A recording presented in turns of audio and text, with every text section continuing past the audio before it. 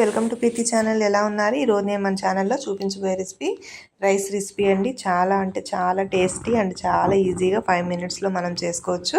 Lunch బాక్స్కి కూడా perfect recipe అండి. చేసింది కూడా చాలా తక్కువ ఇంగ్రీడియంట్స్, ఇంట్లో ఉన్న వాటితోనే క్యాప్సికమ్ రైస్ రెసిపీ అండి. ఇంకెందుకు ఆలస్యం, రండి మరి వీడియో స్కిప్ చేయకుండా లాస్ట్ వరకు చూసేయండి. ముందుగా ఒక డబ్బా రైస్ వండి పక్కన పెట్టుకోవాలి. కడాయిలో 1 స్పూన్ జీడిపప్పు, 2 స్పూన్ల వరకు వేరుశెనగ గుళ్ళు వేపుకొని పల్లీలు ఫ్రై చేసుకోవాలి. ఇవి మీకు నచ్చినంత యాడ్ చేసుకోవచ్చు. అలాగే హాఫ్ క్యాప్సికమ్ని కూడా ఇలా సన్నగా కట్ చేసుకొని పక్కన పెట్టుకోవాలి.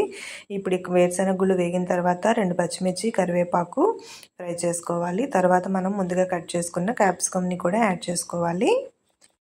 ఇప్పుడు క్యాప్సికము బాగా ఫ్రై అవ్వాలండి. బాగా రోస్ట్ అవ్వకూడదు, హాఫ్ బాయిల్ అయితే సరిపోతుందండి క్యాప్సికము. చూడండి, ఈ విధంగా సిమ్లో పెట్టుకొని క్యాప్సికమ్ని ఫ్రై చేసుకోవాలి. ఇప్పుడు జీడిపప్పు పలుకులు, వేరుశెనగ గుళ్ళన్నీ కూడా బాగా రోస్ట్గా ఫ్రై అయితే సరిపోతుంది. క్యాప్సికమ్ మాత్రం హాఫ్ బాయిల్ అయితే సరిపోతుంది. చూసారు కదా. ఇప్పుడు మనము ఈ క్యాప్సికమ్ గ్రేవీలోకి రైస్ యాడ్ చేసుకుందాము. ముందుగా ఒక డబ్బా రైస్ పొడిపొడిలాడుతూ తీసుకోవాలండి, కప్పు రైస్. ఈ మిశ్రమంలో యాడ్ చేసుకొని రైస్ అంతా కూడా బాగా కలుపుకోవాలి. చూసారు కదా, రైస్ అంతా కూడా ఈ తాలింపు, ఈ క్యాప్సికమ్ గ్రేవీ మిశ్రమంలో ఒకసారి బాగా ఫ్రై చేసుకోవాలి.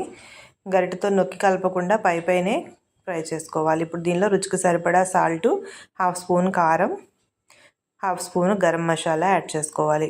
ధనియాల పొడి ఒక హాఫ్ స్పూన్ యాడ్ చేసుకోవాలి. ఇప్పుడు ఈ కారం మిశ్రమాలన్నీ కూడా రైస్ మిశ్రమానికి అంతా బాగా పట్టేటట్టు గరిటె తేలుస్తూ ఫ్రై చేసుకోవాలి. వేడి మీద మనము గబగబా కలిపేసామంటే రైస్ అంతా కూడా మెత్తగా పేస్ట్ అయిపోతుందండి. మనకు పొడి పొడిలాడుతూ రావాలి అంటే జస్ట్ ఇలా తేలుస్తూ కలుపుకోవాలి గరిట. చూసారు కదా, ఇలా పొడి పొడిలాడుతూ రావాలి. ఇట్లా మసాలాలన్నీ, రైస్ ఫ్లేవర్స్ అంతా కూడా బాగా పట్టేటట్టు బాగా ఫ్రై చేసుకున్నాక కొంచెం కొత్తిమీరని కూడా పైన చల్లుకొని ఫ్రై చేసుకుందాము. అయిపోయిందండి. చెప్పాను కదా, చాలా సింపుల్గా 5 మినిట్స్లో చేసుకోవచ్చు ఈ రెసిపీ అని. రైస్ క్యాప్సికమ్ ఉంటే చాలు, మనము మిగిలిపోయిన అన్నంతో కూడా ఈ రెసిపీని చేసుకోవచ్చు. ఇప్పుడు ఫైనల్గా 1 స్పూన్ నెయ్యి యాడ్ చేసుకొని దింపేసుకుందామండి. చాలా అంటే చాలా బాగుంటుంది. మీరు కూడా ట్రై చేయండి.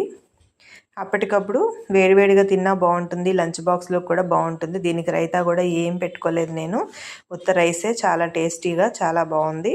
మీరు కూడా ట్రై చేయండి. రెసిపీ మీకు ఎలా అనిపించిందో నాకు కామెంట్ చేయండి. మీ ఫ్రెండ్స్కి కూడా షేర్ చేయండి.